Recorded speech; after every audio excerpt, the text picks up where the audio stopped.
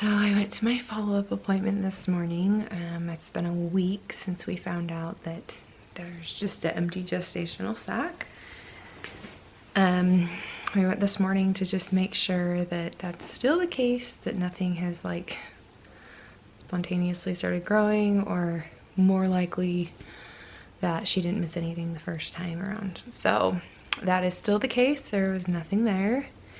Yesterday I started spotting and it's getting a little heavier. She said that on average it takes about 2 weeks for the whole process to happen from beginning to end, if you do it naturally, which is how I've chosen to do it. And she said that 80 to 85% of women pass the tissue naturally and there are no problems. So with coronavirus being what it is, we've just chosen to do it naturally just to avoid going to the doctor's office more than necessary. They're definitely trying to keep the patients away if they can. And even if I were to schedule a D&C, there is a chance that it would be canceled anyway, because they are meeting later today to talk about whether or not all elective procedures may be canceled.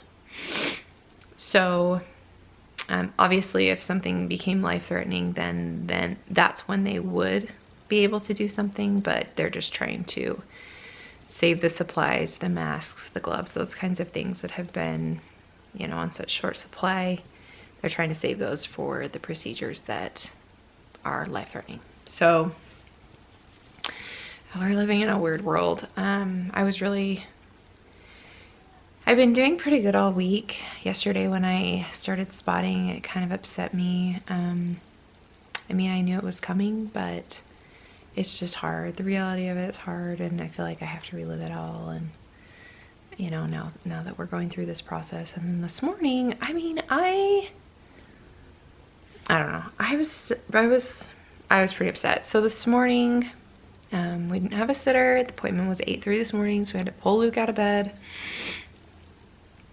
and take him. We took him last time and it was fine, other than he is loud and restless when sitting in a doctor's office, which has been hard, but you know, we make it. It's fine.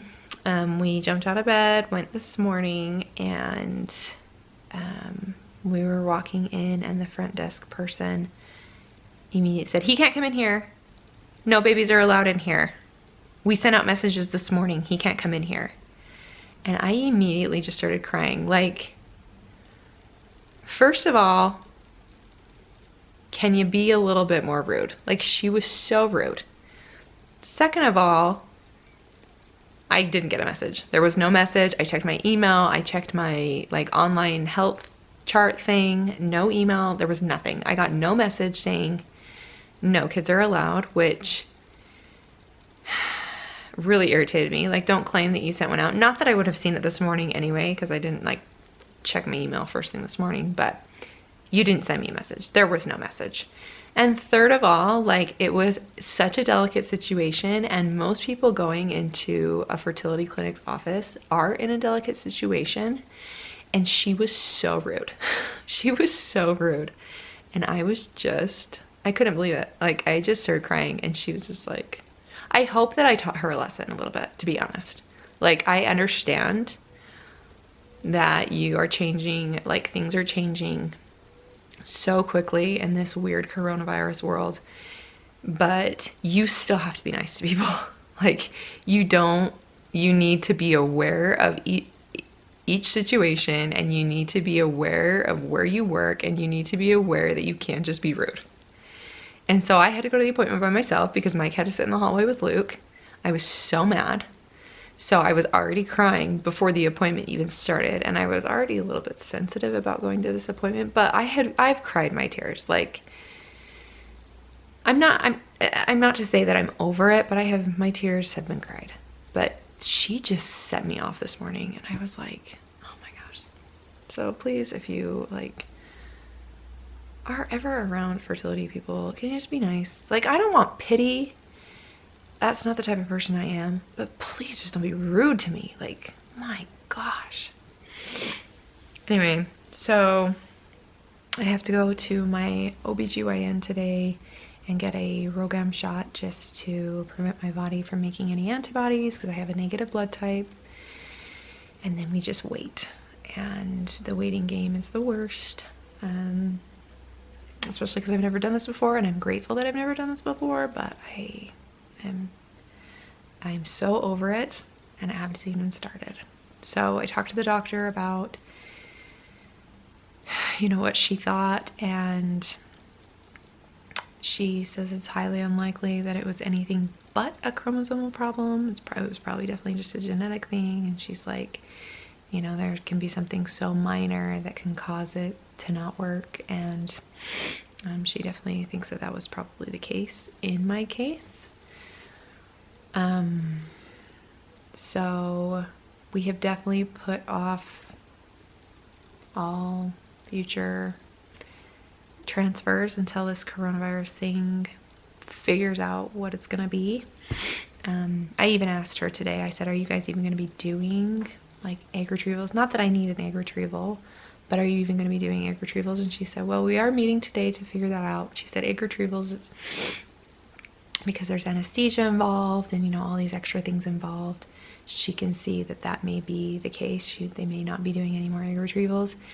Transfer, she's not sure of, because transfers still require masks and gloves and those kinds of things, and they may say that those things need to be allocated to other procedures. So she did say she assumes that they will follow through with all current cases, just because, you know, those patients that have already paid for medications and are on medications and those kinds of things, it's hard to not follow through with that, because that's thousands and thousands of dollars that those patients have paid. But she says we probably won't be scheduling anything from like here on out. So even if I wanted to jump right into another transfer, I probably wouldn't be able to. But it's crazy. And I said, even if you were doing transfers, I said, I think we would probably stop, like put on hold anyway, because I just don't know about this coronavirus. And she said, you know, there hasn't been enough information to really study the coronavirus and what it does to a fetus and those kinds of things. And she's like, but I don't blame you. She's like, I probably wouldn't either. You know, it's scary. It's a scary time. So unfortunately things are on hold. I think even without coronavirus, we'd probably be on hold just because it's sensitive, and I don't want a winter baby. And I was so adamant to hurry up and get my second baby here, and now that I've tried and it failed, now I'm kind of like, well, now I feel like I have a little bit more time to just maybe make it more ideal for me. Wait till Luke's a little tiny bit older. So we're thinking, I mean, I don't know, it's hard to say with coronavirus, but we're definitely thinking at least not until like summer's over, probably, if we were to do another transfer this year. But with coronavirus, it's just hard to say. So I don't know. That's where we're at. I'm sorry, I'm like having a really hard time making eye contact because I'm just like, I'm still kind of in shock, but the tears have been cried. Now it's just the matter of actually having a miscarriage, which is scary. It's scary going into this unknown, but hopefully everything goes smoothly so I don't have to have any medical intervention. So anyway, pray for us. We are hunkering down with coronavirus just like everybody else. We're doing the social distancing just like everybody else, which is great. I think it's great that people are taking responsibility to try to minimize the spreading so it relieves the healthcare system. But it is really hard, and having corona and miscarriage hit at the same time has been like really devastating for me. Like, it has just been really hard to be dealing with the sadness of the miscarriage and then not being able to really like live my life normally. I feel like I can't go anywhere, and there, even if I wanted to go to the store, there wouldn't be anything to buy anyway, and that's stressful, and it's just been really weird. And so to have all this stuff hit at once, it's been hard. And now I have to move forward in telling family about this. We've already told our families that we were pregnant, and I told a few friends. And now I have to move forward with telling them the bad news, which is funny because I've always said I'm going to enjoy it. And if something, you know, like some people wait until they're 10 weeks or 12 weeks or whatever to tell people that they're pregnant. And I have always said, for me anyway, because it's just taken so long to get here, that if I do become pregnant, I'm just going to tell. I mean, I'm not going to tell the whole entire world, but I'm going to tell those close to me because I want to enjoy it while I have it. But I've never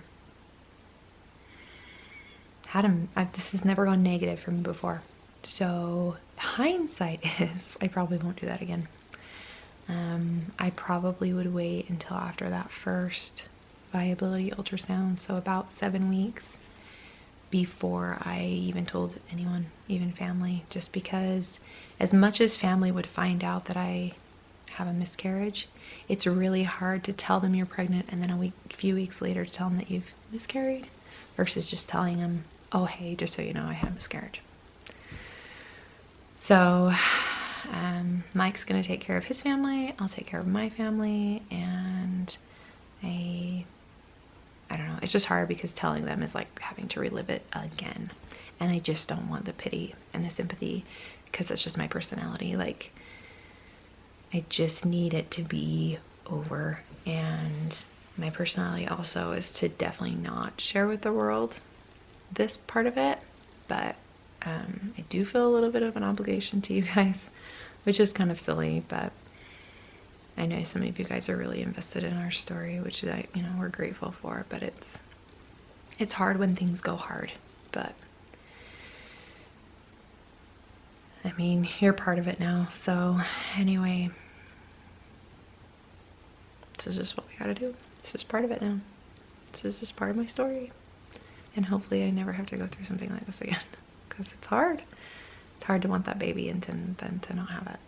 So, and it's hard to think you're having it and then not have it. So anyway, okay, pray for us.